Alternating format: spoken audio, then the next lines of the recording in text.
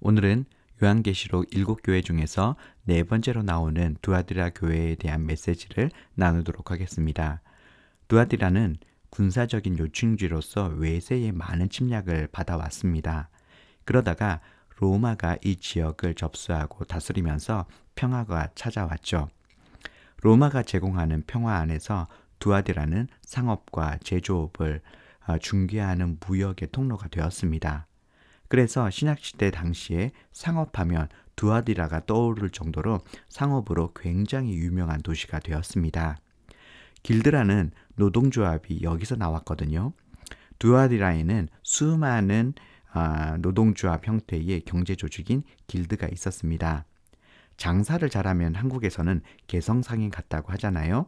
소아시아에서 장사로 유명한 그런 곳이 바로 두아디라였습니다. 그래서 장사 잘한다, 그럼 두아디라 사람 같다, 이렇게 얘기하는 거죠.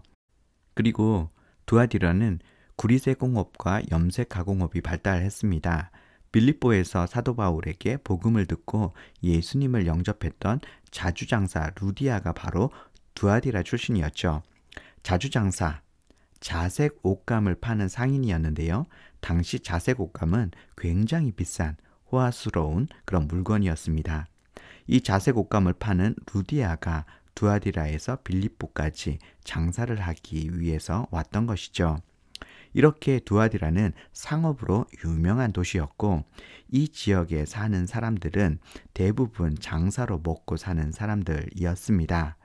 그런데 장사를 하기 위해서는 100% 길드라고 하는 노동조합에 가입해야 했었습니다. 만약에 길드에 가입하지 않으면요, 장사를 할 수가 없는 것입니다. 물건도 안 내주고 상점도 안 내주는 거예요. 그러면 길드에 가입하기 쉬울까요? 어려울까요? 쉽습니다. 그냥 가입하면 되는 것이죠. 그런데 문제는 모든 노동조합들이 우상숭배와 굉장히 밀착되어 있다고 하는 것입니다.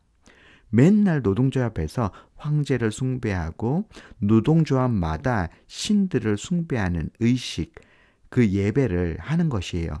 그러면 이 지역에 살고 있었던 그리스도인들은 갈등이 생기겠죠. 돈을 벌기 위해서 길드에 들어가서 모른 척하고 우상숭배의 자리에 참석하고 이방신을 숭배하는 의식에 참여할 것인가? 아니면 믿음을 지키기 위해서 자신의 생계 수단을 포기할 것인가? 이런 갈등이 생기지 않겠습니까? 여러분들이라면 어떻게 하시겠습니까? 그런데 그때 자칭 선지자라 하는 여자 이세벨이 나왔습니다. 이세벨은 우상을 숭배하도록 했던 여자였습니다. 이 여자가 말하기를 노동조합에서 드리는 그 우상숭배가 문화적인 것이라고 하면서 그 의식에 참여하고 재물을 먹어도 된다고 하는 거죠. 그 말을 들었던 두아디라 교회 성도들은 어떻게 반응했겠습니까?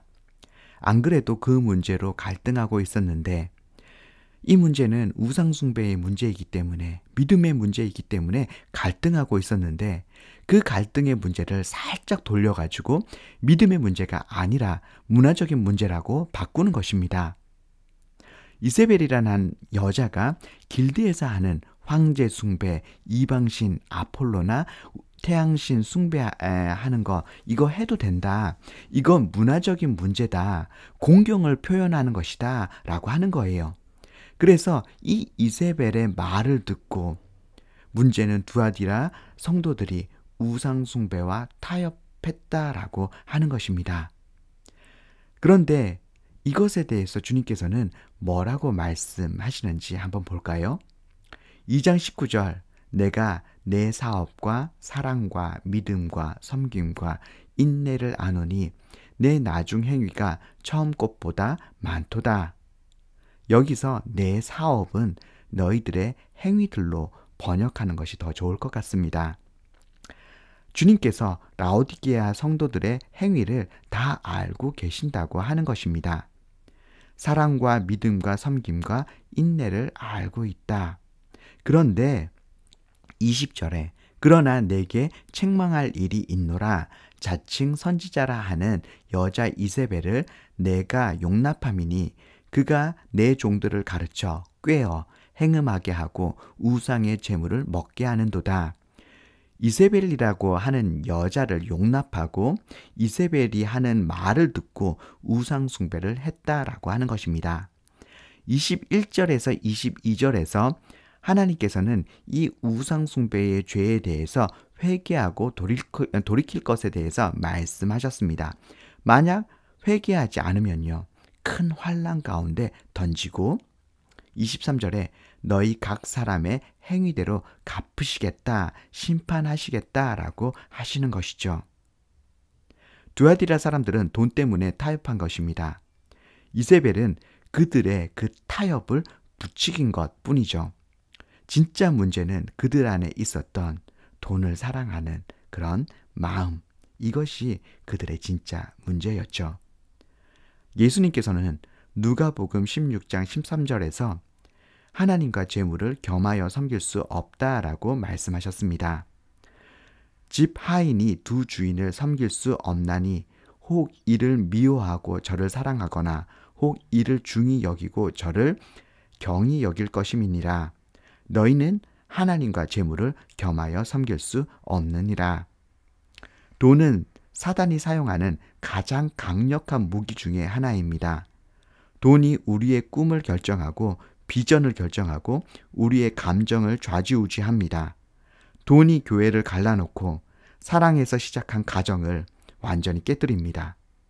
이혼하는 가장 큰 이유가 뭔지 아세요? 바로 이 돈 때문입니다. 우리를 죄와 타협하게 만드는 가장 큰 이유도 바로 이 돈이죠. 이 돈에 대한 강력한 유혹이 내게 있다고 하는 것을 인식해야 합니다. 그리고 내가 유혹당하고 있다고 생각한다면 그 반대로 결정해야 하는 것입니다.